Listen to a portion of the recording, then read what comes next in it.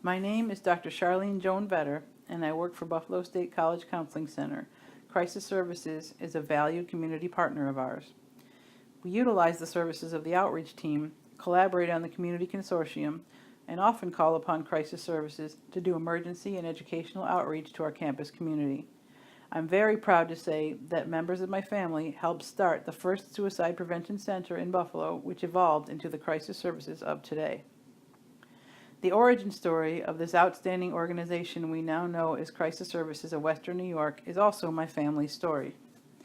The story began as a living room conversation my uncle Joseph Vetter had with his spouse Diane in 1960. Joe, as everyone called him, was in recovery from alcohol and drug addiction.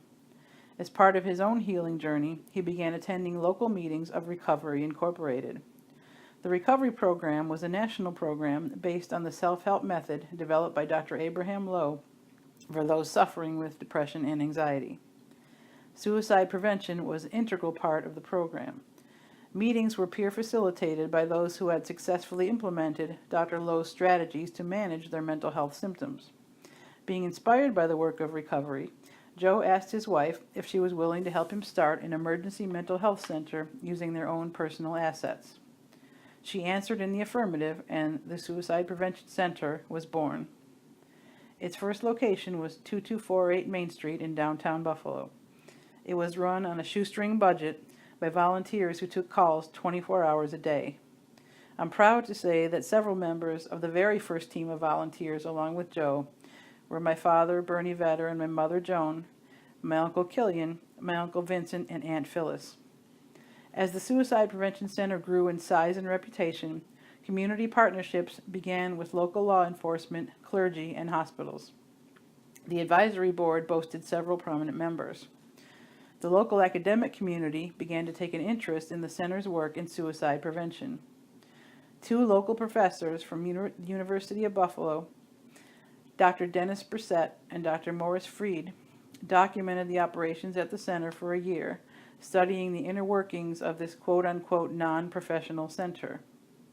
They hope to gain insight into the dynamics of suicide prevention efforts led by lay people who did not claim to be quote-unquote professional, but learned how to work closely with mental health professionals in the local community in order to assist those who were suffering, feeling hopeless, and facing many financial and bureaucratic barriers to accessing mental health care. Although the location of the center has changed several times throughout the years, the work of suicide prevention and linking people with appropriate services and care continued. Private donations kept the center operating for decades, and the Vetter brothers carried on their mission to help those who were suffering. Killian, who was the associate director of the center in its early years, went on to prominence in local politics and served as the president of the Erie County Mental Health Association among his many accomplishments and accolades. In 2008, for the 40th anniversary of Crisis Services, a Lifetime Achievement Award was given to Killian Vetter and family to honor their seminal work in suicide prevention in Western New York. I am so proud to carry on my family's legacy as a psychologist and associate director of the SUNY Buffalo State Counseling Center. Our center highly values our continued partnership and collaboration with Crisis Services.